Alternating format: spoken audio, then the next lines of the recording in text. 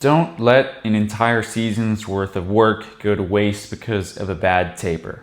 It's common to reach the end of a season or a training cycle, the big race is coming up, and the volume and the intensity drop way down. And it seems like it would make sense. You want to be as fresh as possible for that big race, so you back off your training quite a bit. But the problem is, a lot of times if you do that, you'll be left feeling flat and not able to perform the way that you want to. So why does that happen? Why can't you just cut way back and rest and get ready for a big race that way? Like, the reason is, for months and months, your body has become adapted to the way that you're training. You're that daily, weekly cycle where you're up in the morning running, you're getting your workouts in, just day after day, week after week, month after month. There's a certain rhythm and pattern that develops that your body gets used to. So all of a sudden, if you drop your mileage way down or you cut your workouts way back, even though it's less of a physical stress on your body, you're taking it out of that rhythm and your body's kind of having to deal with that. Think about other areas of life where you get out of rhythm, like if you eat at a time that you're not used to, think about if you go to bed at a time that you're not used to, and think about if you're traveling, jet lag, getting out of sync with how you normally are. It's all very disruptive. It can leave you just feeling off and weird, and it takes a while to get used to things. It's like every other area of your life is like that. So, why would running be any different? So if you've been running 40 to 50 miles a week for 6 months and all of a sudden drop back to 20 to 30 miles per week, even though it is easier, it's a new stimulus for your body. It's a new rhythm that it has to try to get used to. It's you're giving your body something new to adapt to, but it's going in the wrong direction of the way that you want it to go. That's true with volume, but it's also largely true with intensity. When you get to the end of a season or a training cycle, your hardest work should be done once you're within 10 days of your goal race. Your hard workout should be over, but there still needs to be maintenance work that's done. You don't just completely cut intensity. You don't drop the workout volume by a lot. You're just still working out, just maintaining what you already have, doing feel good workouts where you're just kind of keeping all the systems firing.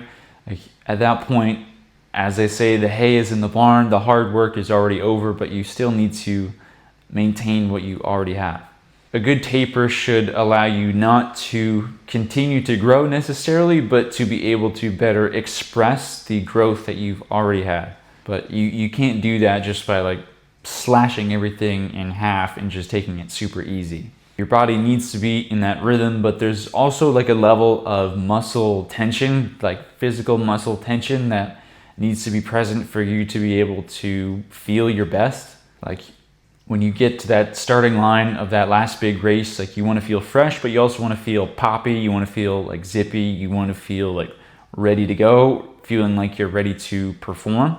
Think about how it can feel if you don't have the right balance of muscle tension. Think about if you sat in the car for 6 hours. When you get out and try to run, it doesn't feel very good. And kind of on a macro scale, it's a similar thing where if you just kind of go into a couch potato mode taper where you're way off, cutting everything, that lack of muscle tension can kind of show up on race day. So when you are tapering, to just be able to maintain and then better express everything that you've grown, everything that you've developed and built over the past couple months.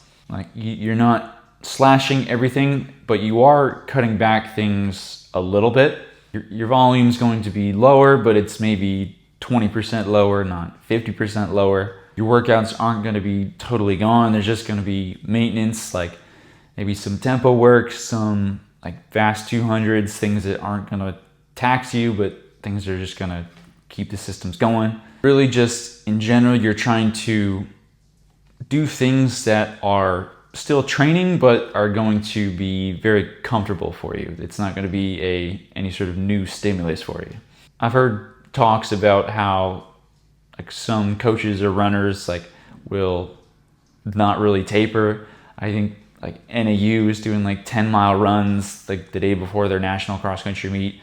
BYU guys are running like 80, 90-mile weeks before their like track national championship. And it sounds crazy, but like the reason for that is just for those guys, they are doing a lot of volume.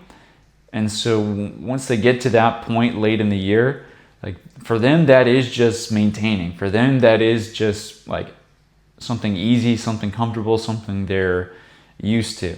It's like a good taper should just be like a little bit more comfortable version of what you were already doing before. It's not anything new. It's not cutting everything way back.